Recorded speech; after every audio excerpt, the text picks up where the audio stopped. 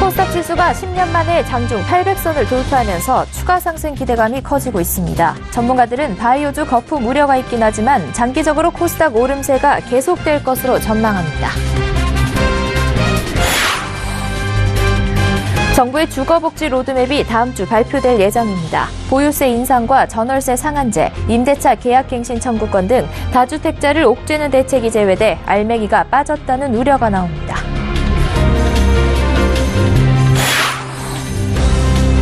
쌍용 자동차의 모회사인 인도 마힌드라 그룹이 미국의 3만 제곱미터 규모의 공장을 설립하기로 했습니다. 쌍용차의 미국 시장 진출 기대감도 커지고 있습니다. 최종구 금융위원장이 국내 기업 최고 경영자들에게 회계개혁에 대한 적극적인 협조를 당부했습니다. 당국은 연말까지 핵심 감사제와 지정감사제 도입 등 회계 투명성을 높이는 방안 등을 마련합니다.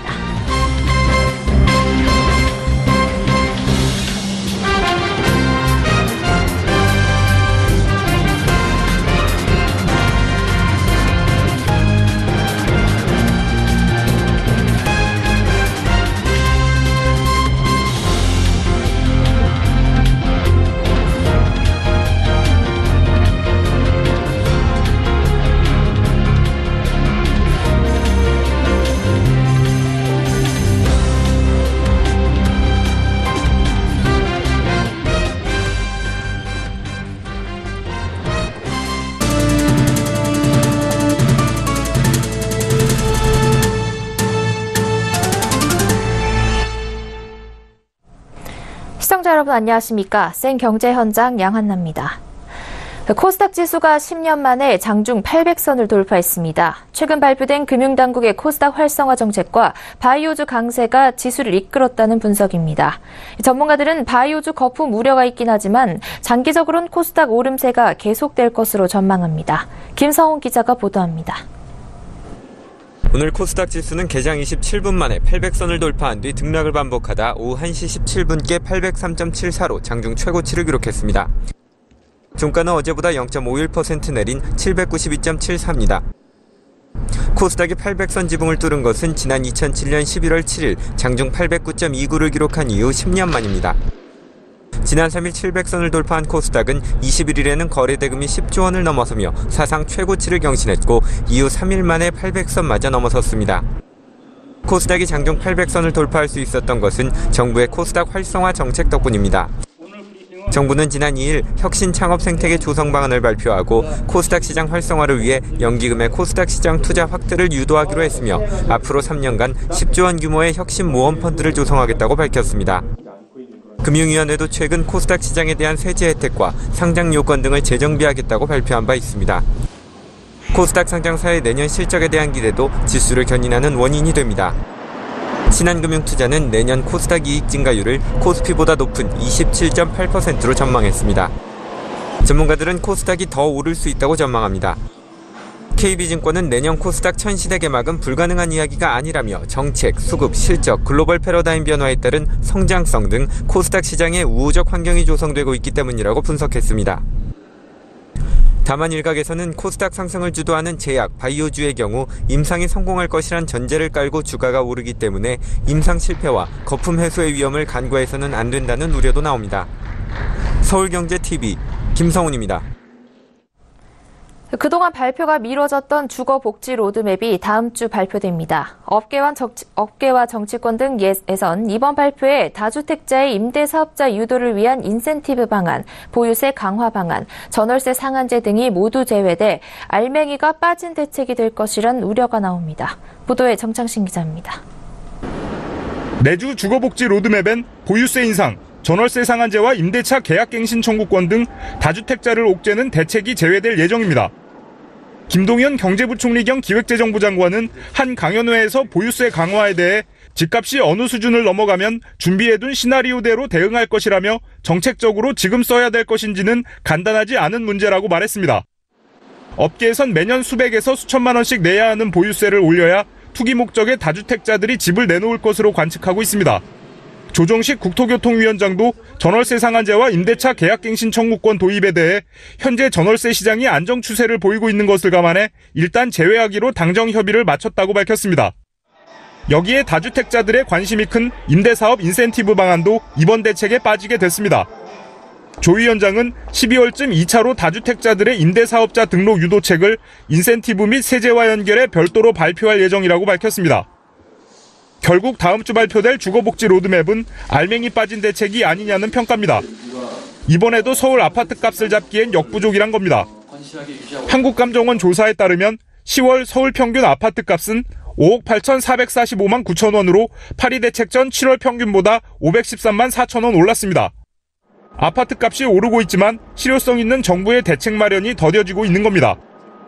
내주 발표될 주거복지 로드맵엔 신혼희망타운 7만 가구를 위례 동탄 이신도시 등에 공급하고 신혼부부 저금리 대출 상품 출시, 과천 성남 의왕 등의 소규모 택지를 조성하는 방안이 담길 것으로 알려졌습니다. 서울경제TV 정창신입니다.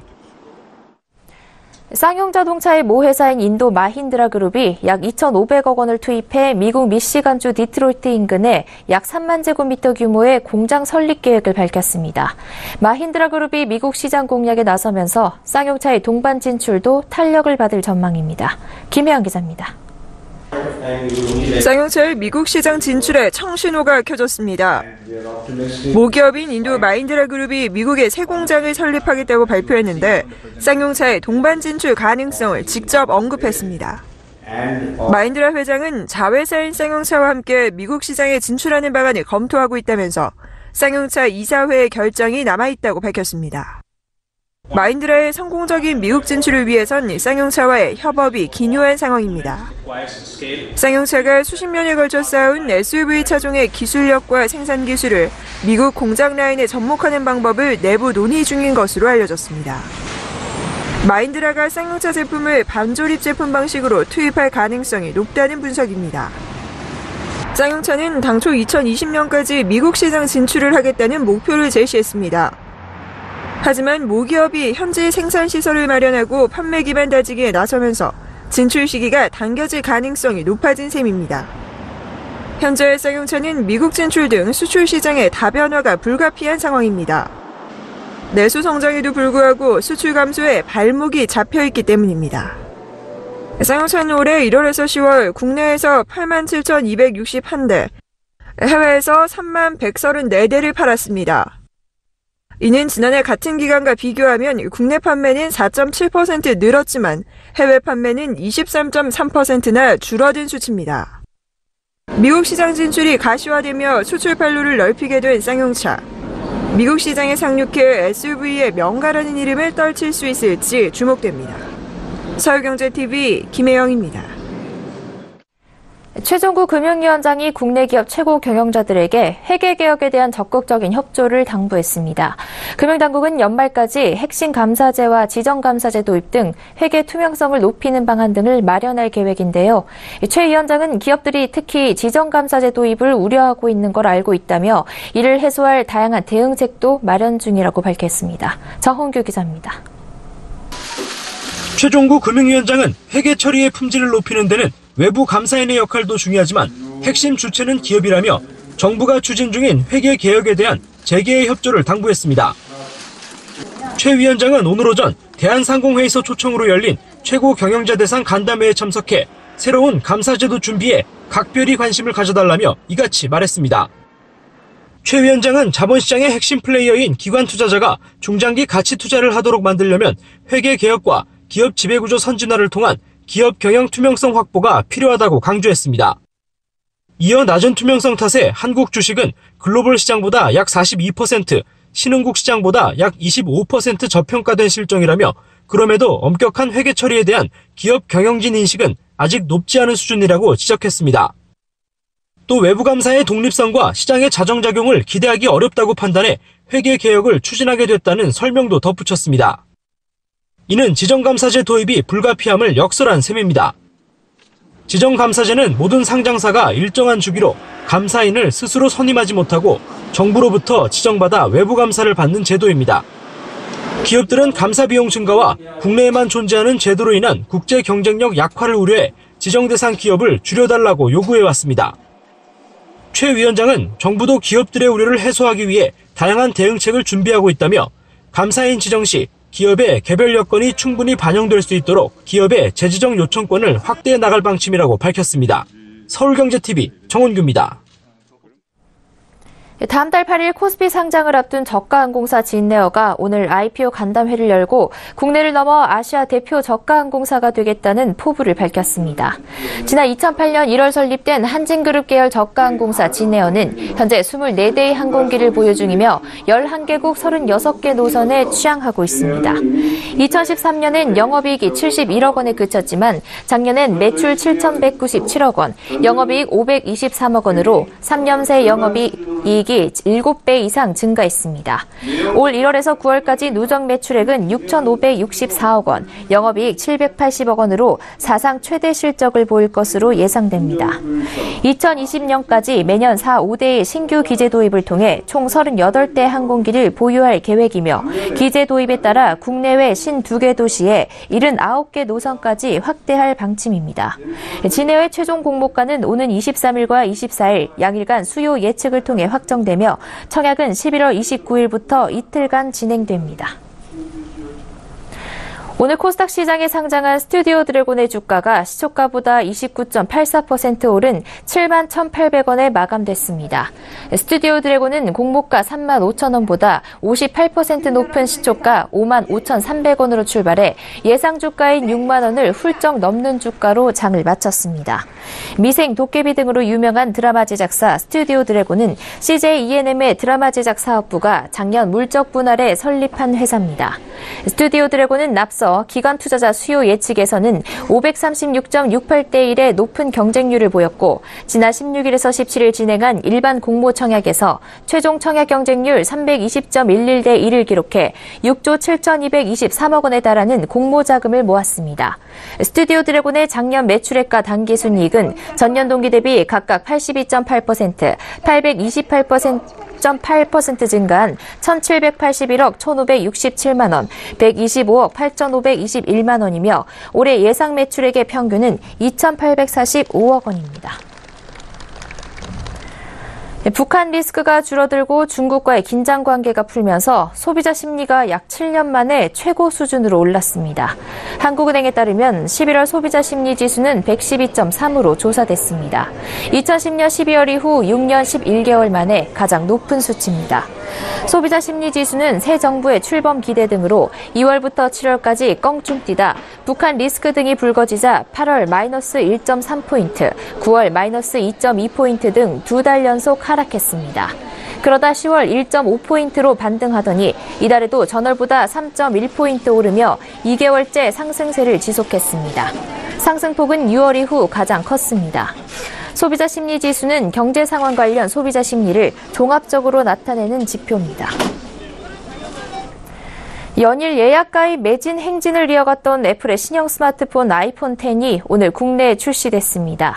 SK텔레콤과 KT, LG U+ 등 이동통신 3사는 오늘 오전 8시 일제 예약가입자를 대상으로 아이폰 X 출시 행사를 열었습니다.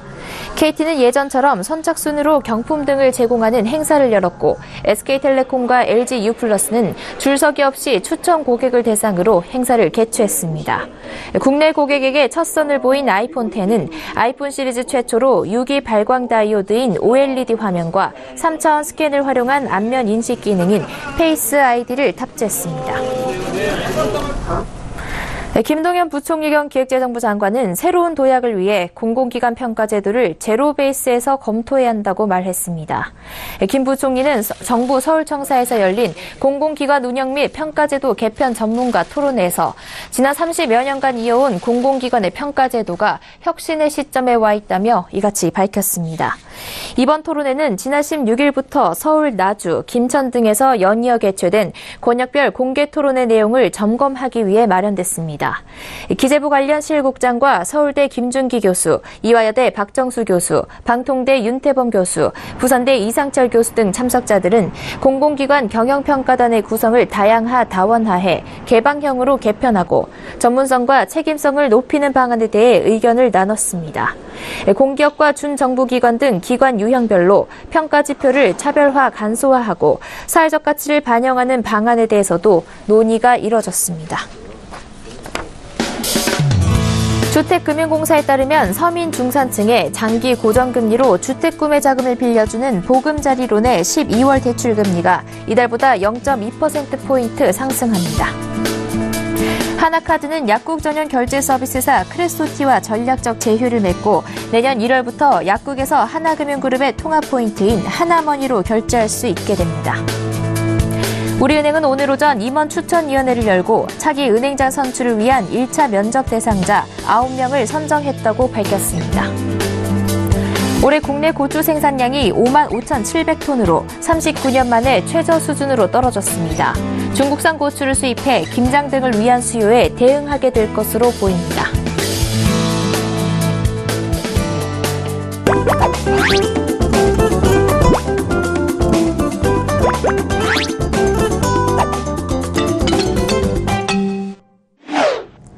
자동차 쇼룸이 디지털 기술을 활용해 진화하고 있습니다. 단순히 차량의 전시 공간을 넘어 직접 보고 듣고 만지며 이 차와 브랜드에 대한 경험을 오감으로 만끽해 볼 수 있는데요.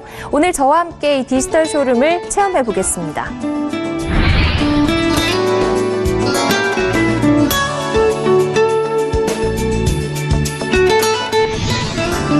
자동차의 브랜드와 차량을 오감으로 체험해 볼 수 있는 공간이 뜨고 있습니다. 벤츠코리아가 세계 최초로 문을 연 서울 청담동 디지털 쇼룸. 각종 디지털 기술을 도입해 벤츠의 모든 라인업을 더 실감 있게 체험해 볼 수 있습니다. 실물로 직접 볼 수 있는 차량 외 벤츠의 모든 라인업과 옵션, 색상, 내장재 등 사양을 대형 스크린을 통해 간접적으로 경험할 수 있습니다. 특히 벤츠의 고성능 브랜드 AMG 전시 차량 앞에는 각종 정보를 확인하고 영상과 소리 등을 체험할 수 있는 패드가 설치되어 있습니다. 사운드 카운터를 터치하면 차량의 실제 배기에 동영상을 감상하거나 SNS에 올라온 다양한 사진도 확인할 수 있습니다. 상담을 받는 공간에서도 기존의 카탈로그 등으로 이루어지던 상담을 넘어 바로 앞에 설치된 스크린에 나타나는 차량을 영상으로 확인할 수 있습니다.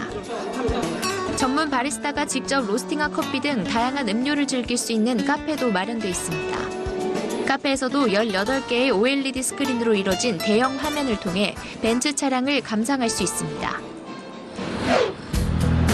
현대자동차의 현대모터스튜디오 서울 역시 차량과 관련된 콘텐츠를 디지털 기술을 통해 접하고 예술작품, 도서관, 카페 등을 통해 자동차 브랜드를 체험할 수 있는 공간입니다.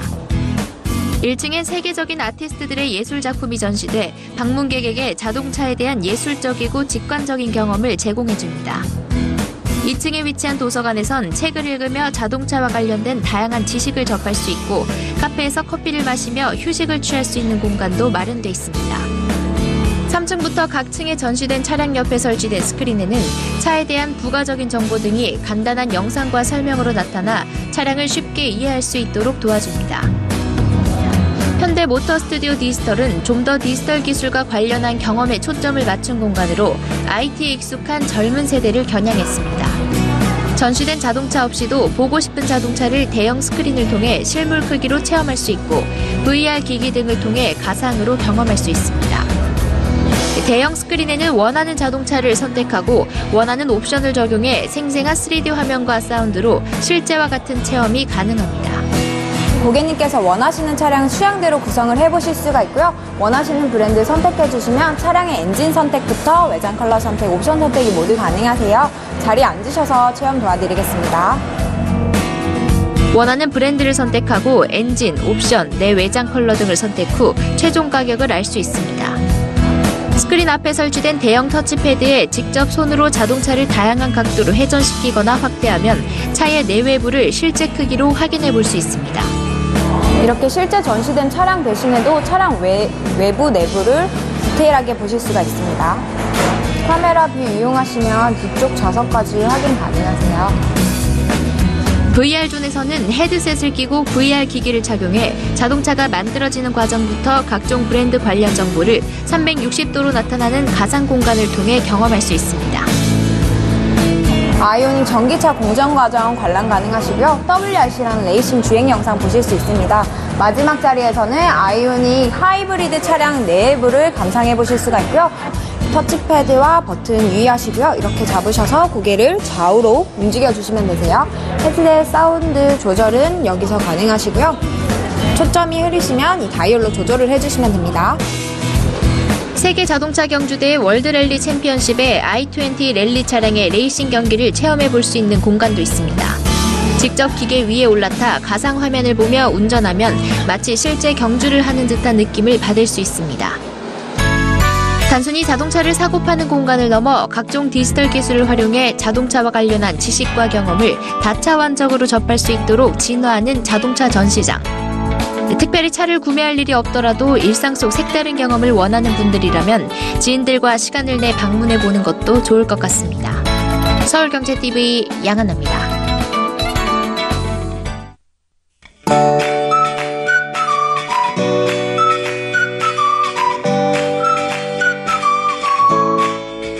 안녕하세요. K웨더 라이프스타일 예보 첫시입니다. 곳곳에 눈을 뿌렸던 눈구름은 대부분 물러나고 있습니다. 오늘 퇴근길에는 눈비 소식 없이 가끔 구름만 많겠는데요.